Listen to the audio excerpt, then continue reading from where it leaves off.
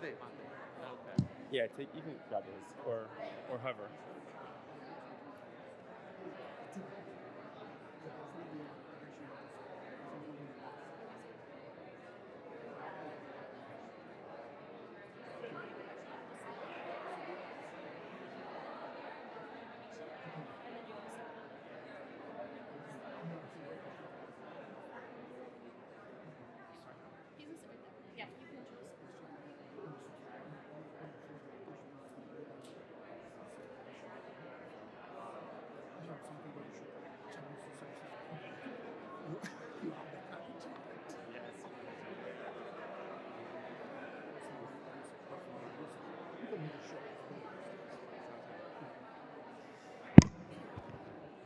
Assalamu alaikum. Thank you all for joining us at MAP's DOJ's first in-person event. We're very honored to have an incredible list of guests and speakers, and we're honored to have all of you with us today. My name is Ahmed Maaty, board member of MAP's DOJ and MAP's national chair. I'd like to first call up to kick off the event Brother Zubair Yousif, Chaplaincy Services Coordinator for the U.S. Bureau of Prisons. Thank you.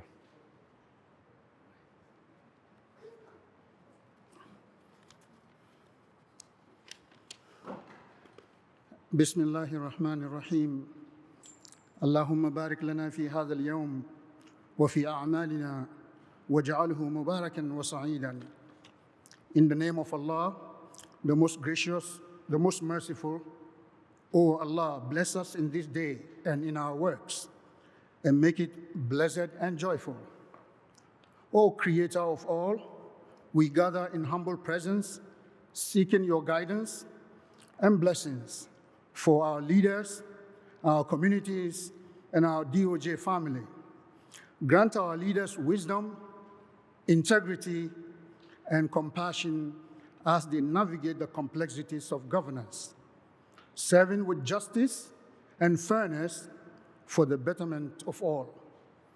Dear Lord, bless our communities with harmony, understanding, and resilience, that we may come together in solidarity and support, transcending differences to build a more inclusive and prosperous society. I pray, O Lord, for you to illuminate the path of our dedicated team, whose tireless efforts sustain the fabric of our organization. Grant them strength, perseverance, and a sense of purpose as they work diligently to fulfill our collective mission. May your divine grace guide us in our endeavors, uniting us in the spirit of service and cooperation. Help us to uphold the values of integrity, accountability, and empathy in all that we do for the greater good of our nation and its people. We humbly offer this prayer, trusting in your boundless mercy, O Lord, and grace. ربنا تقبل منا إنك أنت السميع العليم وتب علينا يا مولانا إنك أنت التواب الرحيم. Our sustainer, accept this prayer from us. You are all hearing and all knowing. Amen. Thank you.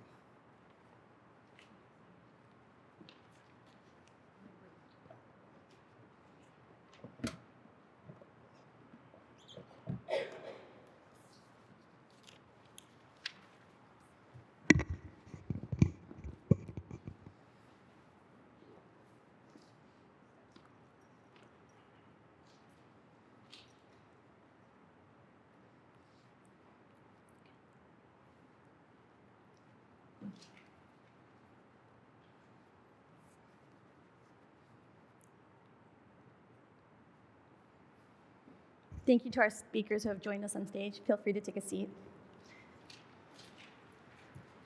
Good morning and peace be upon you all. My name is Nadia Ahmed, and I am an assistant United States attorney in the District of Nevada and MAP's DOJ's first president. I feel so inspired to share this moment with you all today.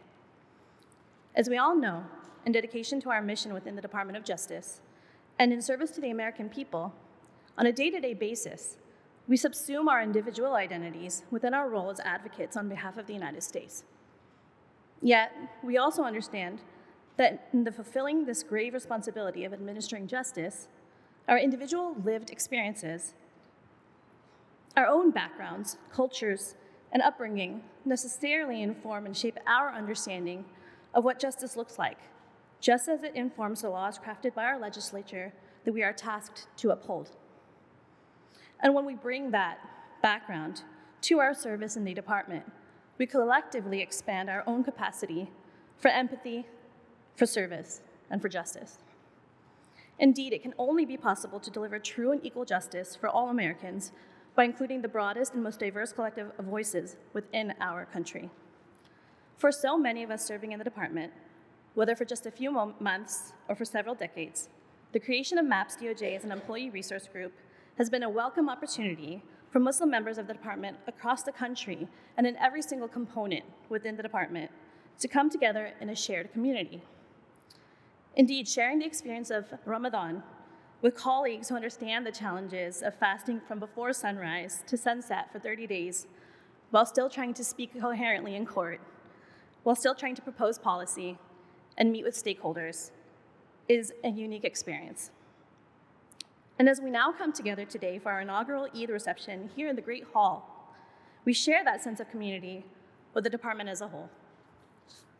All around us in this building are the symbols and historical references to great thinkers, shapers and moments that have shaped the philosophy and implementation of justice in our country.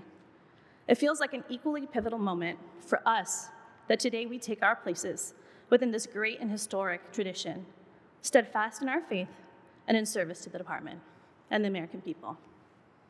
Of course, at the end of the day, our ability to bring the best of our individual selves to that greater service on behalf of the American people is only possible with a leader whose vision and actions embrace all that his people have to bring. Today, we are deeply honored and inspired to be joined on this inaugural reception by our nation's highest legal officer of the land and the 86th Attorney General of the United States, the Honorable Merrick B. Garland. His enormous accomplishments as an attorney and a circuit court judge are well known by all of us, but they are outmatched only by his magnitude for kindness, for compassion, and commitment to the endless pursuit of equal justice for all. Please join me in giving a warm welcome today to the Attorney General Garland. Thank you.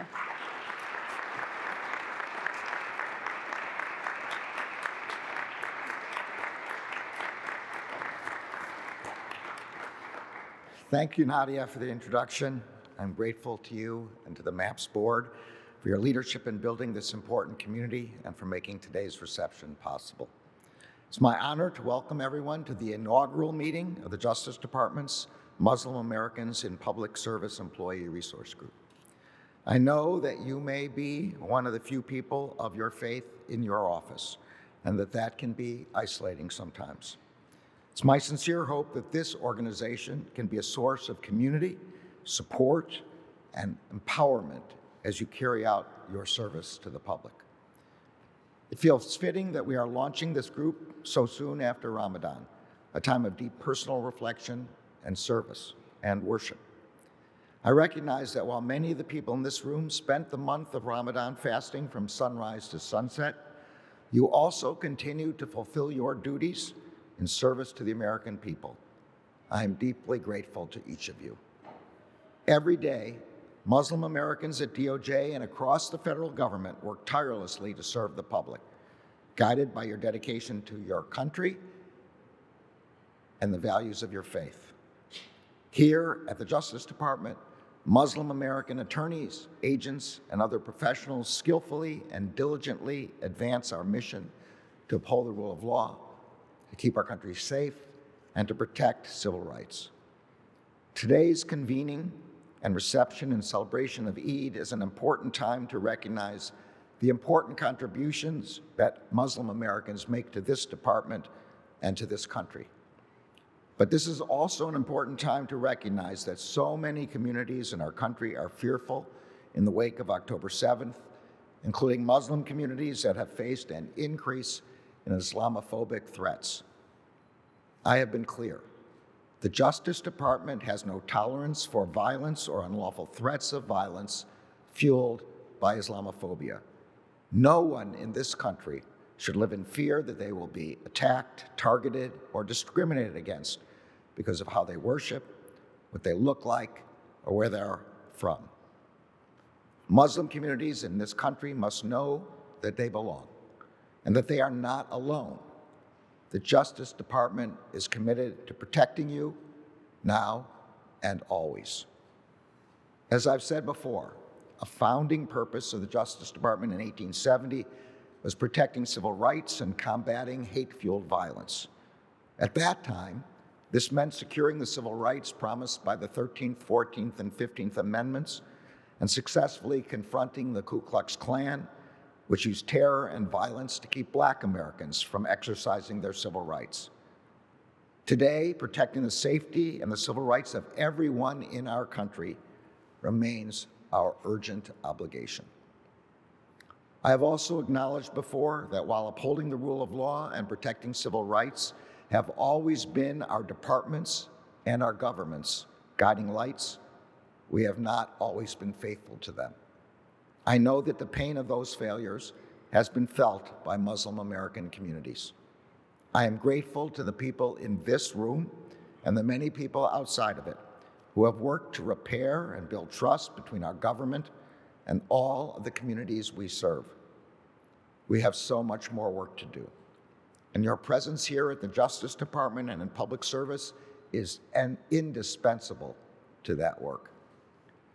So from all of the department's leadership and on behalf of the American people, thank you for everything you do to ensure the rule of law and to pursue equal justice under law. In a hadith, it is written that the Prophet Muhammad said, "The best of people are those who are most beneficial to people." By choosing careers as public servants, you have committed to living that value every day. I know that that is not always easy, but it is my hope that this new employee resource group makes things just a little bit easier. Thank you for all that you have done in pursuit of the department's mission. Thank you for all that you will continue to do. I am proud to work alongside you. Thank you for all being here. Eid Mubarak. Thank you.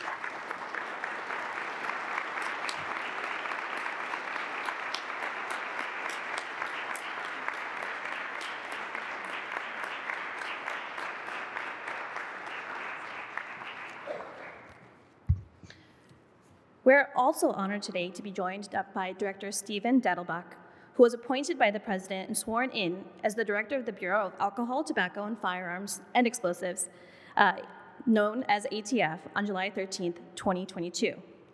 Director Dettelbach is responsible for leading an agency of men and women charged with protecting the public by enforcing laws and regulations related to firearms, explosives, arson, alcohol, tobacco, and gun trafficking.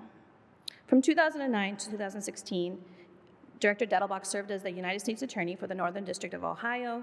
He's also previously served within the Civil Rights Division, 3 other United States Attorney's offices, as counsel to the United States Senate Judiciary Committee, and most recently as a partner at the law firm Baker & Hostetler. If any of you have had the fortune to work with the ATF, you know that it is one of the most important law enforcement components within our agency, our department. They are the ultimate professionals in what they do, and we're so thankful to have Director Dettelbach here with us today.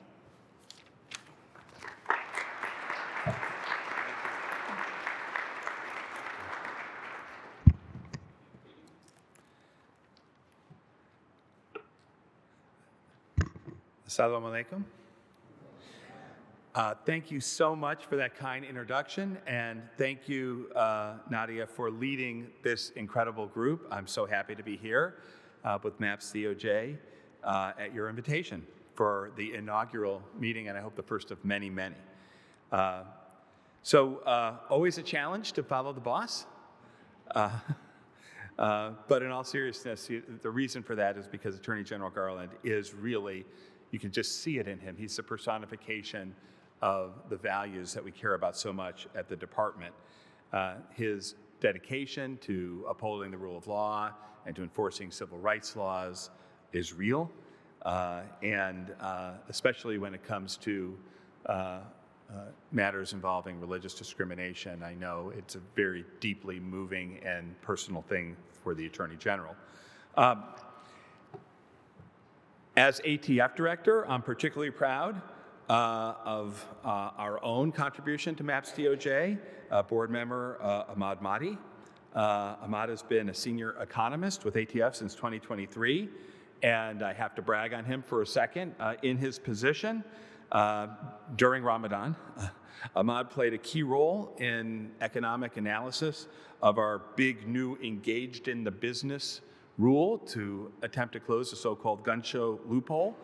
It was a ton of work, a ton of pressure, and boy, he did a fantastic job. So thank you, Ahmad, for your service to this organization, but thank you for your service to the American people and ATF. I'm confident.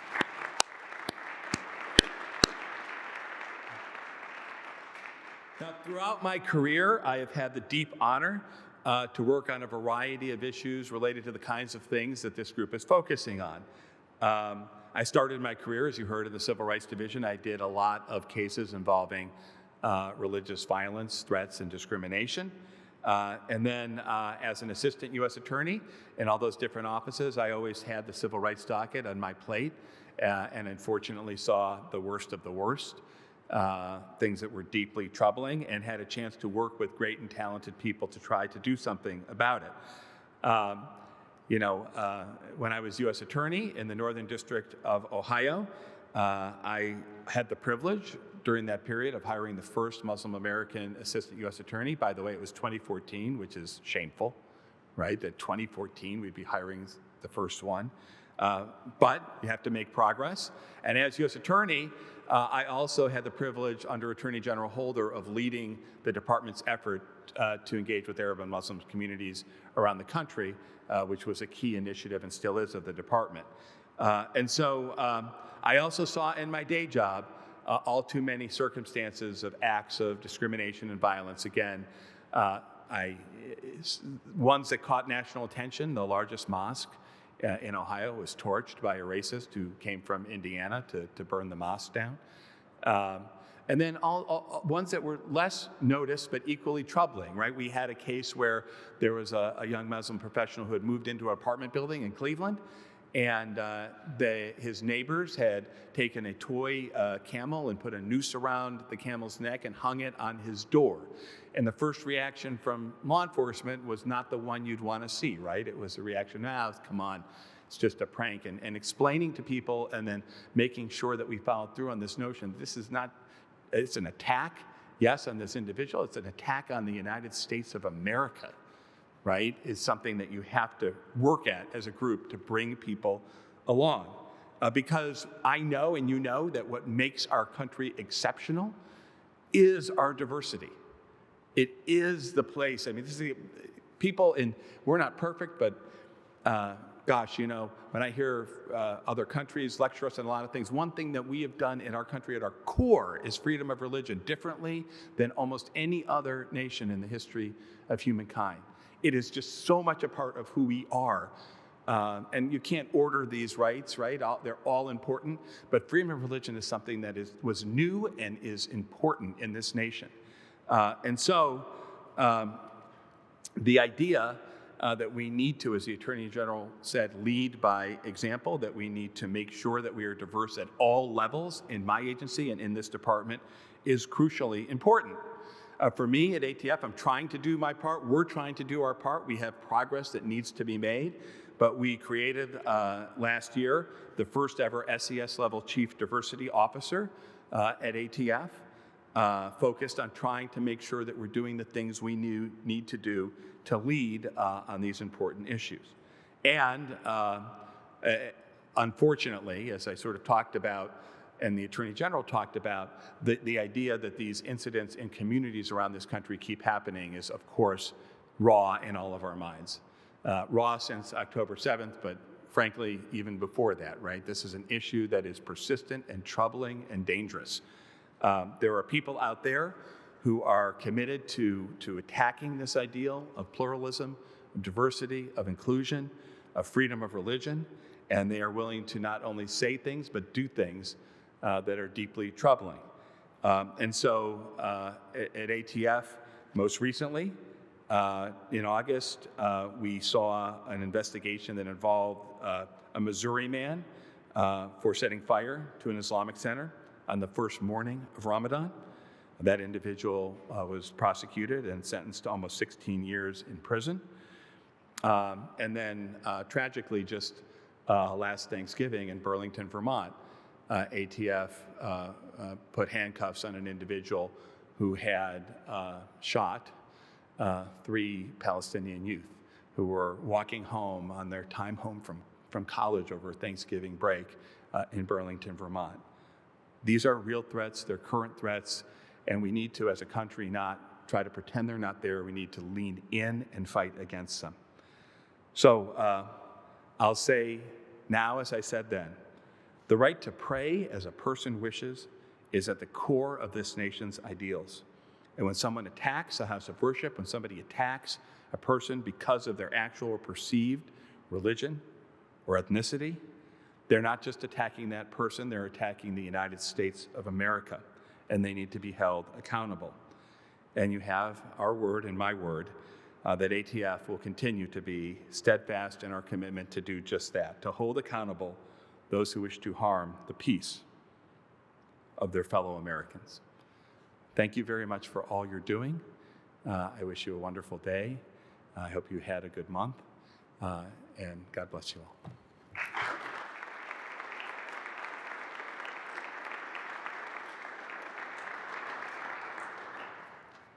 Thank you, Director. Just let me bring the mic down 4 or 5 inches here. I'm also honored now to introduce to you all Mazen Basrawi, who, if you don't know, is only on loan from the Department of Justice to the White House. He has been with the Civil Rights Division here in DOJ for many years. He currently serves as a senior advisor and White House liaison to the American Muslim community for the Office of Public Engagement and a director for partnerships and global engagement for the National Security Council. We are overjoyed to have Mazen here with us today. He previously served as counsel to then Assistant Attorney General Tom Perez in the Civil Rights Division, where he developed and implemented policy in the areas of post-9/11 backlash, disability rights, and the civil rights of Native Americans. In addition to all the important work that he's done, notably he litigated United States versus Rutherford County, Tennessee, guaranteeing the rights of the Islamic Center of Murfreesboro to open its mosque despite intensive opposition, which became the subject of a CNN documentary entitled Unwelcome the Muslims Next Door. So please join me in welcoming Mazen Basrawi to the stage.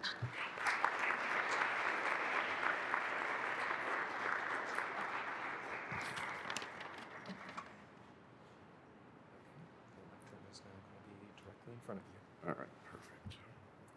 All right, Assalamu alaikum. It's really wonderful to be back here in the department. When I started in the Civil Rights Division 15 years ago, I never imagined that the Great Hall would be filled with my fellow Muslim DOJ colleagues. In fact, I can say it was a pretty lonely time for being a Muslim in the department. I was the only Muslim in most meetings that I was in, certainly the only Muslim in my office that I've been, including when I served as a special USA in the Eastern District of Virginia. When I first joined the department, it was in the wake of the Bush administration. Back then, we didn't use the term Islamophobia, but the impact of Islamophobia was palpable. Whether it was hate crimes that devastated communities, or stories of communities that were reeling from the arrest of someone in their community because of, which then not only caused, but was the result of general suspicion of Muslim Americans. I spent a lot of time in the Civil Rights Division working on outreach to the Muslim community. And that includes, in addition to the Muslim community, the Arab community, the Sikh community, the South Asian community, which also faced a lot of the brunt of Islamophobia, as well as very similar, though distinct and independent forms of discrimination against those communities. Those communities were both in great need of and dubious of the Justice Department. But they needed the Justice Department's resources and mission to combat discrimination that they faced and protection that they needed. And no more was that true than in the case of the Islamic Center of Murfreesboro, Tennessee, who faced the worst kind of Islamophobia from their neighbors. I'll never forget standing next to then Assistant Attorney General Tom Perez as he was about to sign the amicus brief in front of for a chancery court, which was a unique thing that that the Civil Rights Division does. It generally files amicus briefs in circuit courts for the department, but this is a unique situation. And he turned to me and said, "I can't believe I have to sign this." This being the amicus brief that took the novel position that Islam was a religion worthy of protection by the First Amendment and all applicable law. You can imagine both his and my consternation and surprise 2 years later when we had to seek a TRO against the county with their tacit permission to get out from under a chancery court injunction not to issue a certificate of occupancy, this after the construction of that mosque. And thanks to his leadership and the great work of the division, we were able to get that mosque open in time for Ramadan that year. But you know, Islamophobia is not just present in the shadows of society. It exists in our institutions, policies and practices that were created in the wake of 9/11. Today, I speak to you not only as a DOJ lawyer, but as the White House Muslim Liaison. Last fall, President Biden and Vice President Harris announced the first ever strategy to combat Islamophobia and related forms of bias and discrimination. This was after the White House released the first ever strategy to combat anti-Semitism. And the president, in focusing on anti-Semitism and Islamophobia, understood that they were two sides of the same coin. I have to say that as having a foot now in both the department and the work of the White House in the implementation of this strategy, I can't underscore the importance of the work of the Department of Justice in both the creation and implementation of an effective strategy to combat Islamophobia. You know, we not only need to be prospective in looking at how we can make our practices better, but we also have to be retrospective in examining and looking at our mistakes that have been made at times when our best judgment was not necessarily leading our thinking. And as I tell my own children, when we own up to our mistakes, we become better people. So true is that in the work of government. When we own up to our mistakes, we serve our community and our country in a much better way. And so I look forward to working with the department in creating and implementing this very important strategy. And I thank Attorney General Garland and Director Wray for their leadership, and Director Dettelbach, whose leadership I was very fortunate in witnessing myself in my time working with Tom Perez. And I can say, as a fellow Ohioan, he made me very proud. So with that, I want to thank you for this wonderful event today. It is so heartwarming as a member of this department to see so many of my colleagues and to celebrate with you. And thank you, and assalamu alaikum wa rahmatullah.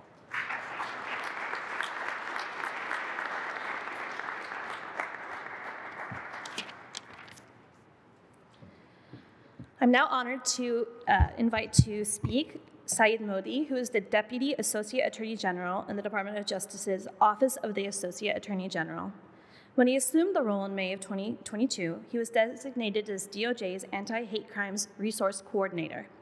Previously, he worked as counsel to Senator Richard Durbin, chair of the Senate Judiciary Committee, where he developed and executed legislative and policy priorities on civil rights, national security, and cybersecurity issues.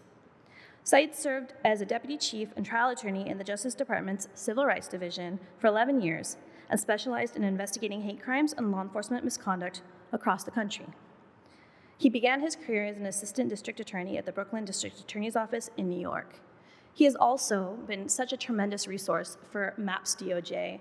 His achievements are also outmatched by his kindness and empathy in helping guide us in getting this off the ground and in helping make this event happen today.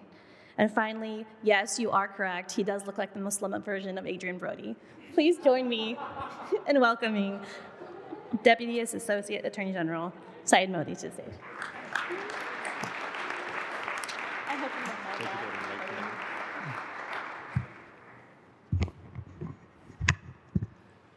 Good morning. I feel an immense amount of gratitude being in front of you today. I want to start by thanking the Attorney General, the Deputy Attorney General, and the Acting Associate Attorney General for their leadership. Where you work matters, but who you work for matters even more. So I'm grateful for not only their leadership, which is outstanding, but also they are outstanding people. I also want to thank Nadia and Ahmed and the DOJ MAPS members who made today's event possible. When I started at the department 12 years ago, there were a handful of Muslim DOJ employees like Mazen, and we would occasionally get together for lunch, just a few times a year. It was a chance to talk and connect and support one another, and it was meaningful. But the idea that there would be a Muslim employee resource group at the department was just not something that ever crossed our minds. We were just impressed we could organize a lunch, which was a challenge in and of itself. Partly that was personality, and partly that was because we were just all so busy. But the reality is we are just as busy now as we were then. And that's true for all the MAPS board members. And yet they made time and made sacrifices to establish this group and make today's event possible. We all benefit from their labor and the sacrifices they made to make this event happen. And so thank you for creating the space for all of us. And it's a sign of how much progress we've made over the years. There are so many more Muslim DOJ employees than there were back then. There are so many more Muslims in the federal government dedicated and spending their careers towards public service. We have more influence now than we ever have before, but we are also seeing the limits of that influence. Those limits are a reminder that we cannot do this alone, that we cannot fight these battles alone. Islamophobia is not a problem for just Muslims to solve. Anti-Jewish or anti-LGBTQ hate is not a problem for these communities to solve alone. These are problems that affect all of us, and we must all be part of the solution. We must continue to think of our community as bigger and broader and see the intersectionality in all of these fights. That's why many of us joined the department in the first place. We knew that a problem that impacts one community impacts us all, and we wanted to be part of the solution. Look, it is incredibly easy to despair right now.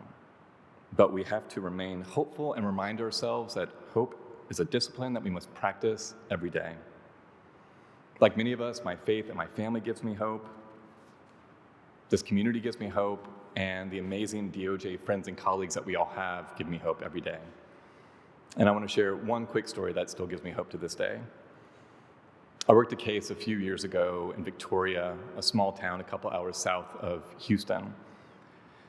The town was only 60,000 people, but it had a small but vibrant Muslim community who had established a mosque. And like any mosque or any house of worship, it was a place where more than just prayer happened. It was a place where life's big events happened, celebrating a marriage, mourning the loss of a loved one, or a weekly potluck dinner that just brought the community together. One night, a local man went in and burned the mosque to the ground.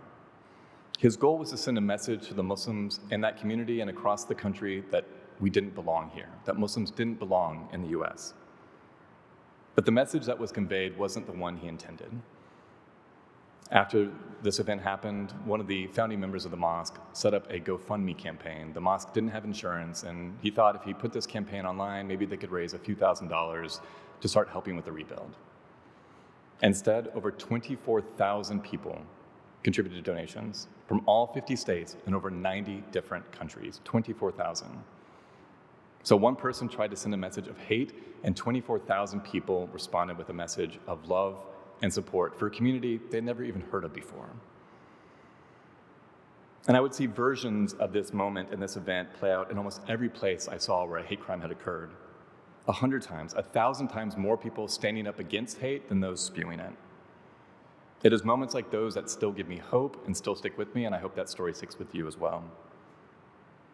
I also think that this event today will become one of those stories for many of us.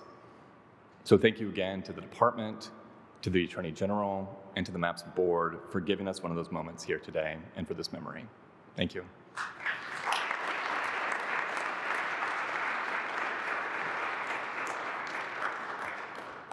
Bringing it back down. I'm excited to introduce you all today to Omar Noureldin. He was appointed as Senior Counsel to the Associate Attorney General for the Civil Rights Division at the U.S. Department of Justice in 2023. He serves as counsel to Assistant Attorney General for Civil Rights, Kristen Clark, in directing the work of the division's 11 sections which enforce the nation's civil rights laws, provide technical assistance to federal agencies, and provide guidance to the public in pursuit of the division's 4 goals. 1, to ensure equal opportunity. 2, to advance criminal justice. 3, support our democracy. And 4, address emerging civil rights issues. He previously served as a litigation attorney at Munger, Tolles & Olson LLP. He also served as a constitutional law instructor at USC Gould School of Law, Gould, as policy team co-lead and civil rights advisor in the Peace for America campaign, and as Vice President of Strategy and Operations and General Counsel with Muslim Public Affairs Council Foundation. He has been fearless and groundbreaking in his service within the Civil Rights Division, and he has also been an equally kind mentor and source of support to MAPS DOJ. We're thankful, and we are excited to hear from Omar Noureldin this morning. Thank you.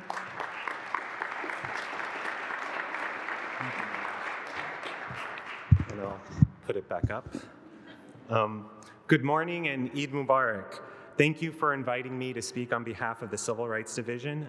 Assistant Attorney General Kristen Clark wishes she could be here and asked me to extend her greetings and thanks for including the Civil Rights Division in your program today.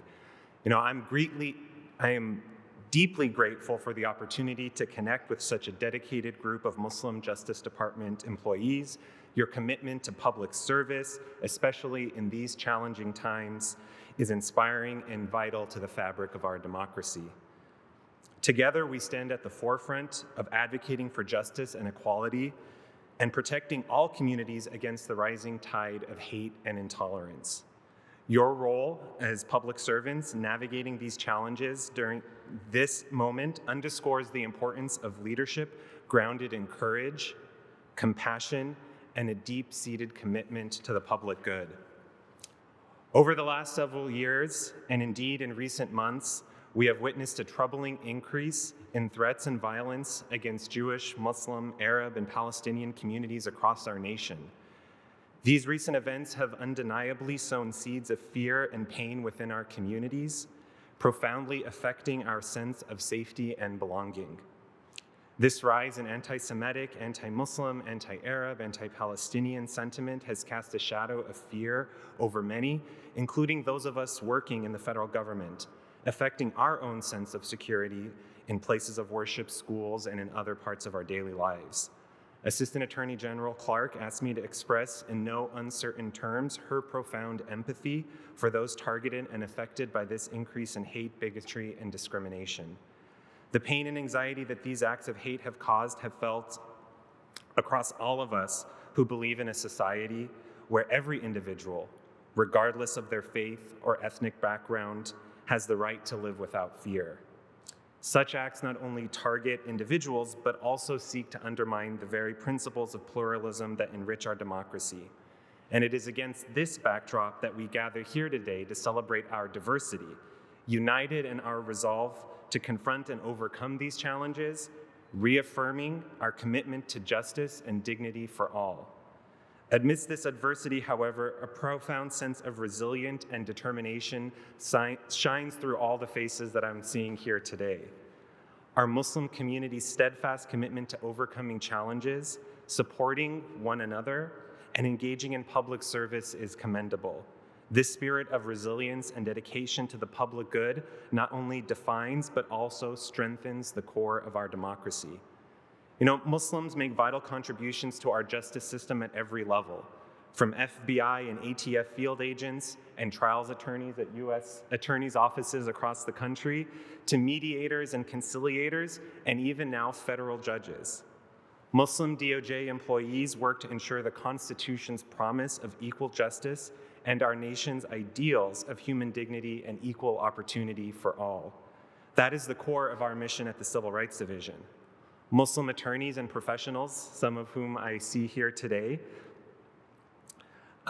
make sure that students get equal educational opportunities in our schools, safeguard the sacred right to vote, work with law enforcement to promote constitutional policing and language access, protect the rights of all to worship and access places of public accommodations, and much more. I could keep going on.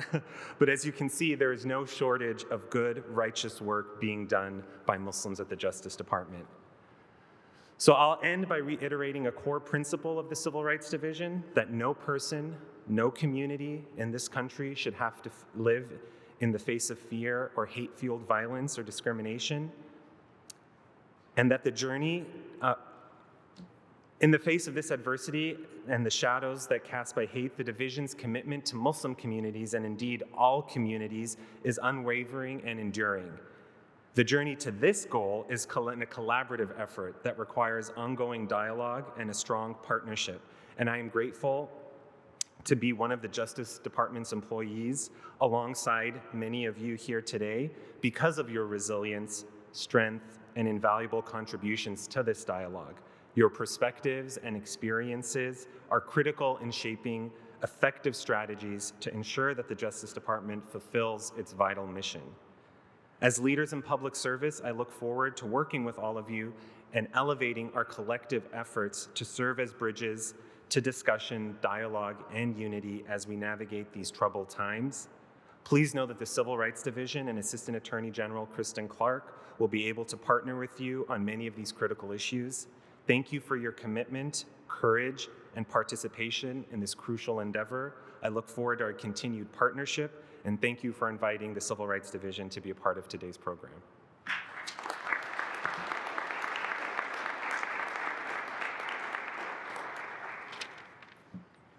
Thank you, Omar. I am really excited to introduce you all to Candice Cook. If you want to know who actually made this event happen today, she's sitting right there. Candice is our Chief Diversity Officer. She's the Chief Diversity Officer, the first of the Department of Justice under the Justice Management Division. In this role, she develops and promulgates policies and initiatives aimed at advancing diversity, equity, inclusion, accessibility across this enterprise. As the lead for the DOJ's DEIA strategic plan, she identifies opportunities for advancement of DEIA within the DOJ's workforce and collaborates with internal and external stakeholders to implement DEIA actions. As the chair of the Attorney General's DEIA Advisory Council, she advises and provides strategic guidance on DEIA topics to DOJ senior leadership. Candice has been instrumental to MAPS DOJ in getting off the ground as an ERG. She has been always available, always accessible. She is inclusive. She embraces all that she works for and is just a genuinely kind and caring person and really rooted for us to make this happen and did everything she could to do so. So please join me in thanking her and welcoming her this morning.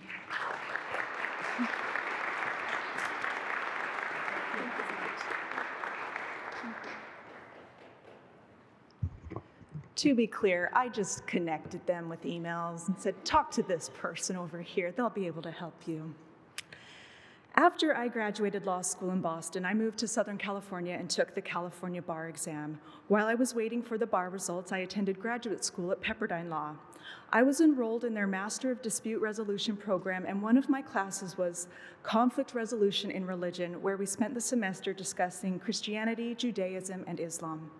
For my final paper, I compared the 5 pillars of Islam to some tenets of Christianity. While conducting my research, I reread parts of the Bible, but since my background was Christianity, I needed to devote more time to learning about Islam. To do so, I met with an imam at a local mosque and read the Quran and some hadith. Through this study, I remember being moved when I realized how much the core principles of each faith overlapped. Both believe in making a commitment to God and in the power of prayer. Both teach us to serve others, to be charitable, to practice forgiveness, and to engage in fasting. Both encourage followers to seek holy places that remind us of our faith and increase our sense of the religious history of our heritage. While I received an A- on the paper, what I found was that there are many more similarities than differences, and what we believe and strive to do is unmistakably the same: teach and establish goodwill and peace on earth and achieve unity among humankind. Even if we do not ascribe to a particular religion, those themes and values unite us. We are more alike than we are different. In my work at DOJ, we seek to embrace our differences, but we do that because through that process, we often find more similarities and build connection. It is these moments of connection and the relationships we build that we carry with us as we walk this world. As DOJ employees, we take these shared values and then turn them outward to protect and serve others. The one scripture that stuck with me from the Quran was, I believe it's either Surah 2 or Surah 3, and in the translation I read, it was something along the lines of, "Beware the mischief makers that proclaim peace, they might not know right from wrong."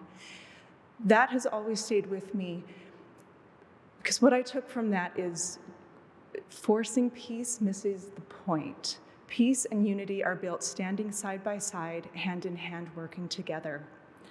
I have a very special place in my heart for the Islam religion and for my Muslim friends. Thank you for including me in today's celebration. Eid Mubarak.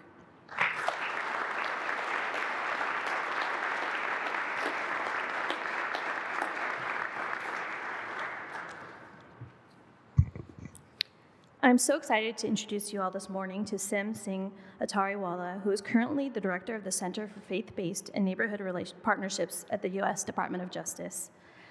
His tremendous work in grassroots community building is well known. He's also previously held roles with the Sikh Coalition, the nation's largest Sikh American advocacy organization, as a senior policy and advocacy manager. He has advised the White House, Congress, state legislatures, attorney general's offices, and federal agencies on discrimination, bias, national security, and community relation policy. He formerly served as the commissioner to the Department of Transportation on anti-discrimination in civil aviation.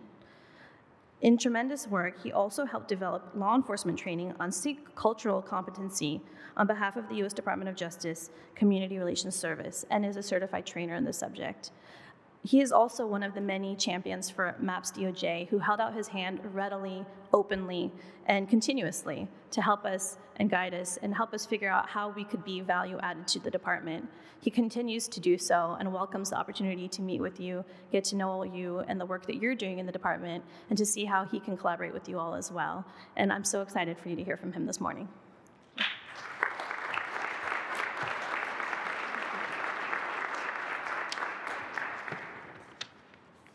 Good morning, everyone, and Salam Alaikum, and a heartfelt Eid Mubarak to all as we gather today. As the director for the Center for Faith-Based and Neighborhood Partnerships, I'm both honored and humbled to stand before a community whose resilience and spirit are a beacon of hope and inspiration. Faith plays a crucial role in bringing communities together, and I think we've heard that theme from many of our speakers today. It gives us strength and solace in times of challenge, and celebration in moments of joy. In times like these, when we see an alarming rise in hate crimes, discrimination, and various forms of bias, these gatherings can help us build connection beyond faith. Let's pause briefly. Let's appreciate the opportunity to be present at the Great Hall in the United States Department of Justice with Attorney General Merrick, Garland, and senior leadership here today. But more importantly, look around. Turn your head to your left and right. Look at who's in the room today. Being here is a powerful declaration of our collective resolve to combat hate and foster inclusivity for all Americans. Everyone in attendance here today, including you, deserves a round of applause for your commitment.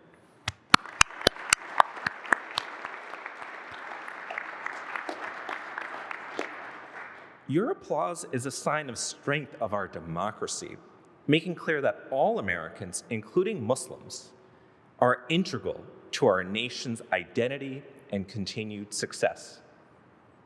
As the attendees here today know, representation in all sectors of society, especially in government, matters deeply. It allows us to hear and consider more voices. Voices that can help shape policies to better serve the needs of more Americans. Muslim Americans are not just a part of our nation, they enrich it, bringing unique perspectives, talents, and contributions that are vital to our nation's progress. Events like today's celebration remind everyone that we can uplift the good in communities, but it requires purposeful persistence to advance the shared commitment to diversity. As we celebrate today, let us commit to enhancing our understanding and solidifying our connections across all communities. Together, we are united in the pursuit of justice and peace.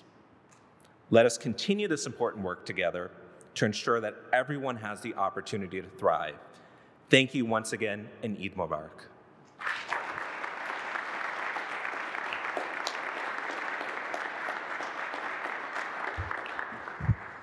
Always fun to be the person standing between you and lunch. So I just want to thank all of you for being here today. And for those of you watching via the Teams link that we sent out, I want to thank all of our speakers, everybody in the building that made this possible. I can tell you that the folks that work in JMD are just a class act all around, and we're tremendously giving to us and continue to be so as this event goes on. So we're thankful to all of you. Finally, I just want to say that, as some of our speakers mentioned, it's been sometimes a lonely experience to be Muslim in the department. Our faith is about serving the community, about justice, but it's also very much about community within our daily lives. So it is incredibly heartwarming. I think all of us know that over the past several months, our joys have been tempered by the sorrows that we've seen experienced by our Muslim brothers and sisters around the world, and the sorrows that have translated here in the United States. But seeing that we as public servants can do something to help our community, to help this department help our community, and to see how wholeheartedly the department has embraced us doing so has been such a meaningful experience for me personally. It's funny because, being a public servant and a Muslim is sometimes also isolating because your community doesn't necessarily understand what you do either. It took my mom, who's very well-read, at least a decade to stop calling me Attorney General when she introduced me to her friends. And partly she only did so because Attorney General Garland has been so front and center in interfacing with the Muslim community and showing him that he's ready to combat hate that our community is experiencing. So finally she accepted. I'm not the Attorney General, and now just introduces me as the district attorney whenever she's talking to her friends. But in any event, I am grateful to be here in this moment today as an assistant United States attorney to service the American people, to serve justice, and to do so side by side with you all. So once again, we thank all of our speakers and everyone here today for all that you do toward that mission, and we hope that you will stay for lunch. Thank you. Assalamu alaikum.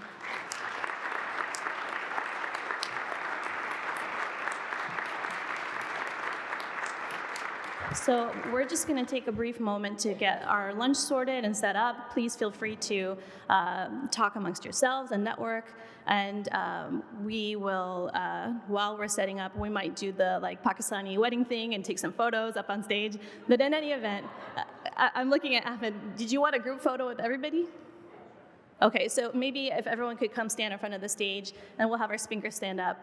And if the board could come on stage as well, we'll take a big group photo.